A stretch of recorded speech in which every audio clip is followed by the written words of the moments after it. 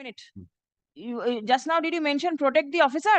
Because there's some Protect the officer. unsubstantiated allegations have been made. Kindly take page 3, I will see what is there, but what type of protection is to be given to the police officer? Who let the police officer? The protection means from the allegations, unsubstantiated allegations have been made. I have with me pen drives.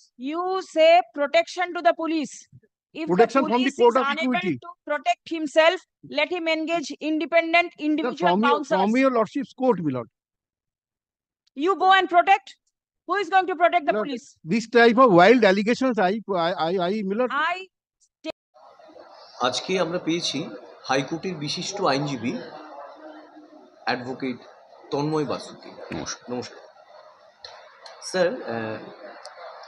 গতকাল ক্যালকাটা হাইকোর্টের 24 নম্বর কোর্টরুমে honourable justice Amrita সিনহার এজলাসে একটা আমরা ঘটনা দেখেছি। অনেকেই এটা লক্ষ্য করেছেন যে আপনার অপোজিটে যিনি দাঁড়িয়েছিলেন আপনার এগেনস্টে, সেই অ্যাডভোকেট বলেছিলেন যে পুলিশের প্রোটেকশন দেওয়ার জন্য চেয়েছিলেন এক প্রকার। তো সেটা শুনে জাস্টিস অত্যন্ত ক্রুদ্ধ হয়েছিলেন, প্রায় রেগে ফেটে পড়েছিলেন, এবং আপনি ছিলেন উল্টো দিকের পিটিশনারের অ্যাডভোকেট। তো সেই বিষয়টা যদি একটু আমাদের কাছে তুলে ধরেন। দেখুন শুভজ্যোতিবাবু, আপনি দাদার কীর্তি বলে কোনো বোধহয় সিনেমার নাম শুনেছেন। তো গতকালের যে ঘটনাটা দেখে আমার মনে হলো প্রশাসনের কিছু কর্তা ব্যক্তিদের কুকীর্তি। এই কুকীর্তিটা কি না, দেখুন প্রথমে আপনাকে একটু বলার দরকার যে কেসের বিষয়বস্তুটা। সেটা হচ্ছে আমার মক্কেল তার নিজস্ব কেনা জমির ওপর একজন বিরোধী পক্ষ তিনি সম্পূর্ণরূপে একটা অবৈধ নির্মাণ তৈরি করছেন। অবৈধ নির্মাণ বলতে যে নির্মাণের কোনো রকম প্রশাসনিক কোনো ছাড়পত্র বা পারমিশন নেই। এই রকম পরিস্থিতিতে উনি মহামান্য হাইকোর্টের কাছে একটি মামলা দায়ের করেন এবং মহামান্য হাইকোর্ট বলেন যে সেখানকার যে পঞ্চায়েত অথরিটির কাছে যে এই বিষয়টিকে নিয়ে একটা শুনানির ব্যবস্থা করতে, এবং সেই শুনানির ব্যবস্থা করার পর এই বিষয়ে একটা ডিসিশন নিতে যে এটি অবৈধ নির্মাণ কার্য যদি হয়ে থাকে তাহলে সেটাকে সম্পূর্ণরূপে ডিমোলিশন করা, অর্থাৎ ভেঙে ফেলা। কিন্তু সেই মহামান্য হাইকোর্টের নির্দিষ্ট সময়সীমা বেঁধে দেওয়ার পরেও দেখা গেছে সেই পঞ্চায়েতের যিনি প্রধান তিনি কোনো রকম কোনো কাজকর্ম কিছু করেননি। বাধ্য হয়ে এর এগেনস্টে আদালত অবমাননার রায় করা হলো। খুব ইন্টারেস্টিংলি একটা জিনিস আপনি লক্ষ্য করুন, এই আদালত অবমাননা করা হয়েছে পঞ্চায়েত প্রধানের এগেনস্টে, কিন্তু পঞ্চায়েত প্রধান কিন্তু নোটিশ পাওয়া সত্ত্বেও কোর্টে এলেন না। মানে কতটা অডাসিটি চিন্তা। তখন মহামান্য হাইকোর্ট বললেন যে এই পঞ্চায়েত প্রধানকে ওখানকার কনসার্নড যিনি অফিসার ইনচার্জ সবং পুলিশ স্টেশনের, তাকে বললেন যে আপনি পঞ্চায়েত প্রধানকে নিয়ে আসুন। পরবর্তী ডেট যখন এলো দেখা গেল সেই ওসিও এলেন না, আবার পঞ্চায়েত প্রধানও এলেন না। বাধ্য হয়ে অনারেবল কোর্ট ওখানকার এসপি অর্থাৎ সুপারিনটেন্ডেন্ট অফ পুলিশের কাছে ডিরেকশন দেওয়া হলো যে ওই সবং থানার ওসি এবং প্রধান দুজনকেই নিয়ে আসতে। তারপরে দুজনে এসে উপস্থিত হলো।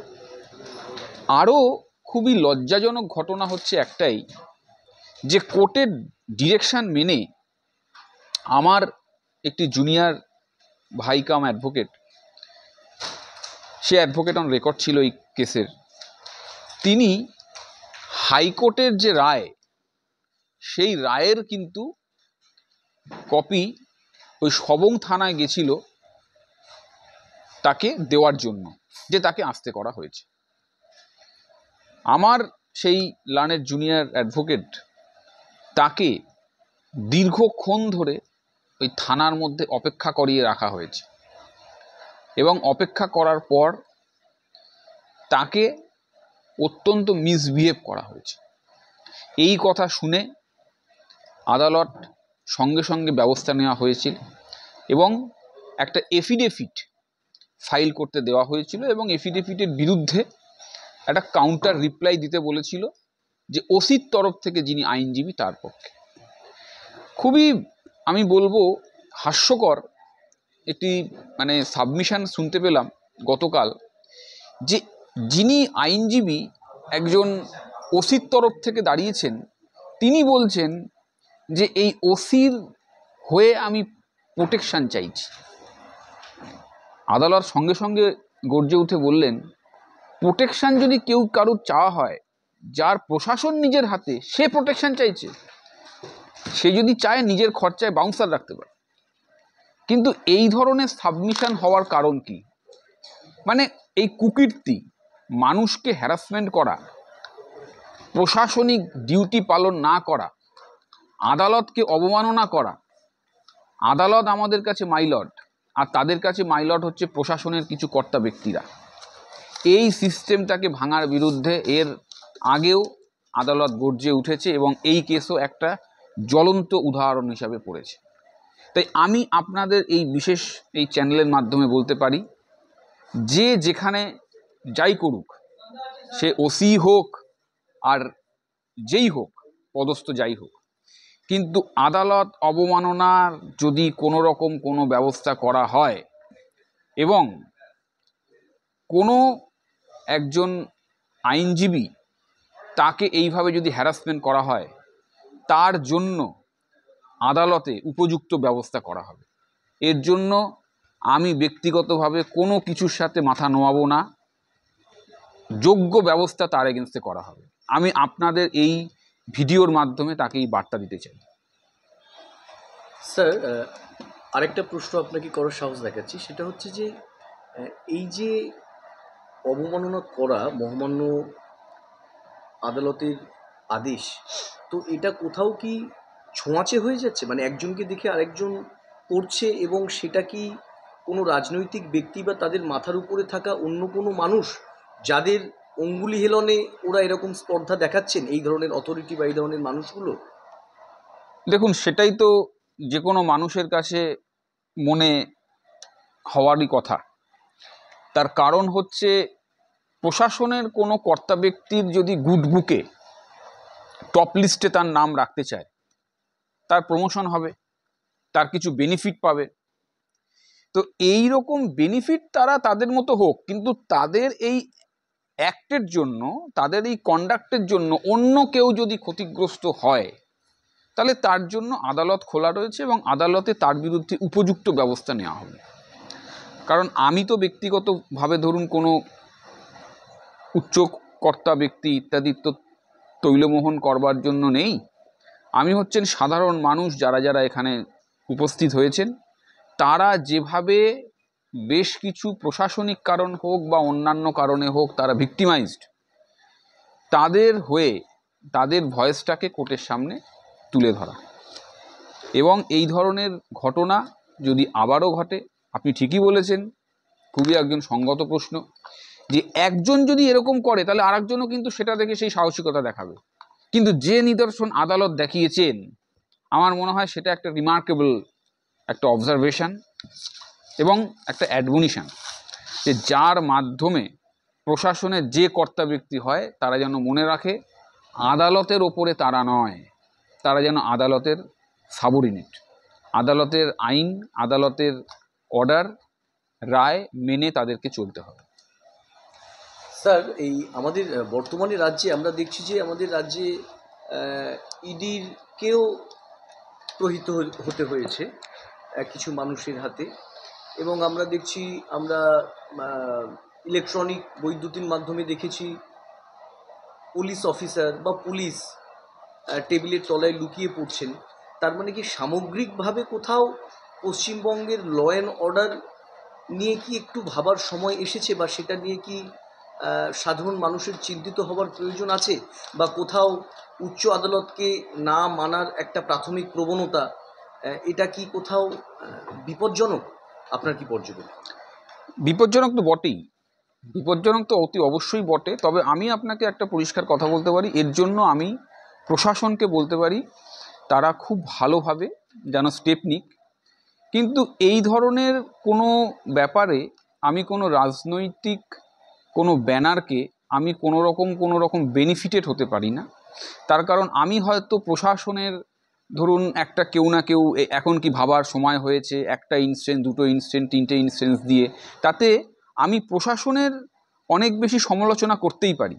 কিন্তু তার জন্য অন্য কোনো পার্টি তারা হয়তো ক্ষমতার দিক থেকে হয়তো চলে এলো, এই দিক থেকে যেন কোনো বেনিফিটেড হবে বলে তারা যদি মনে করে, তাহলে আমি বলবো তারা মূর্খের স্বর্গে বসবাস করছেন। কারণ আমার এখানে দৃষ্টিভঙ্গি সম্পূর্ণ একটাই, যে কোনো একজন মানুষ সে যদি প্রশাসনিকভাবে বা অন্য কোনোভাবে, যেখানে প্রশাসনের নিজস্ব কোনো দায়িত্ব থাকা উচিত, সেই দায়িত্ব নিয়ে তাদেরকে সেই প্রশাসনিকভাবে তাদেরকে সহযোগিতা করা, সেখানে যদি তারা সম্পূর্ণরূপে বঞ্চিত হন, তার জন্য আমি আদালত রয়েছি। এর মধ্যে কোনো রকম কোনো পলিটিক্যাল কালার কি পলিটিক্যাল ব্যানারের কোনো জায়গা নেই।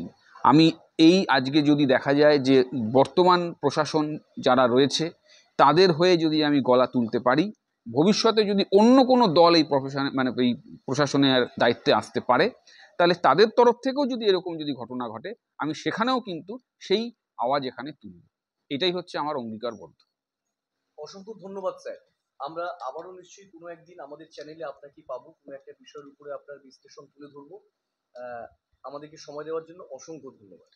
আমিও আপনাদেরকে খুবই সাধুবাদ জানাই। খুব সুন্দর আপনি একজন খুব বার্নিং এক্সাম্পল নিয়ে আপনি তুলে ধরেছেন, এবং আমিও চাই আপনাদের এই চ্যানেলের মাধ্যমে যাতে অনেকে সচেতন হোক, প্রশাসনের কানেও যেন যে সমস্ত কর্তা ব্যক্তিরা এটা যাচ্ছে তাদেরও যেন এই ব্যাপারে নলেজে যাক। স্যার একটা একটু অনুরোধ, আমি যদিও শেষ কথা বলে দিয়েছি, কিন্তু এটা আমাদের চ্যানেলের নাম লাভ অ্যান্ড ইন্টারভিউজ, এবং লাভ ওয়ার্ডটার অ্যাব্রিভিয়েশন আমি আপনাকে বলছিলাম ইন্টারভিউ শুরু করার আগে। কাইন্ডলি যদি আপনার মুখ থেকে যদি আপনি একটু এটা আমরা জানতে পারি, তাহলে আমাদের ভিউয়ার্সরা অনেকে এটা জানতে পারে না। খুবই সুন্দর একটি নাম আপনাদের এটার ব্যাপার। তো দেখছি যে এই যে কোনো মানুষকেই একটা তো ক্যাচ করবার একটা প্রবণতা থাকেই, এরকম হাজারটা ধরুন চ্যানেল বা ইউটিউবার থাকে।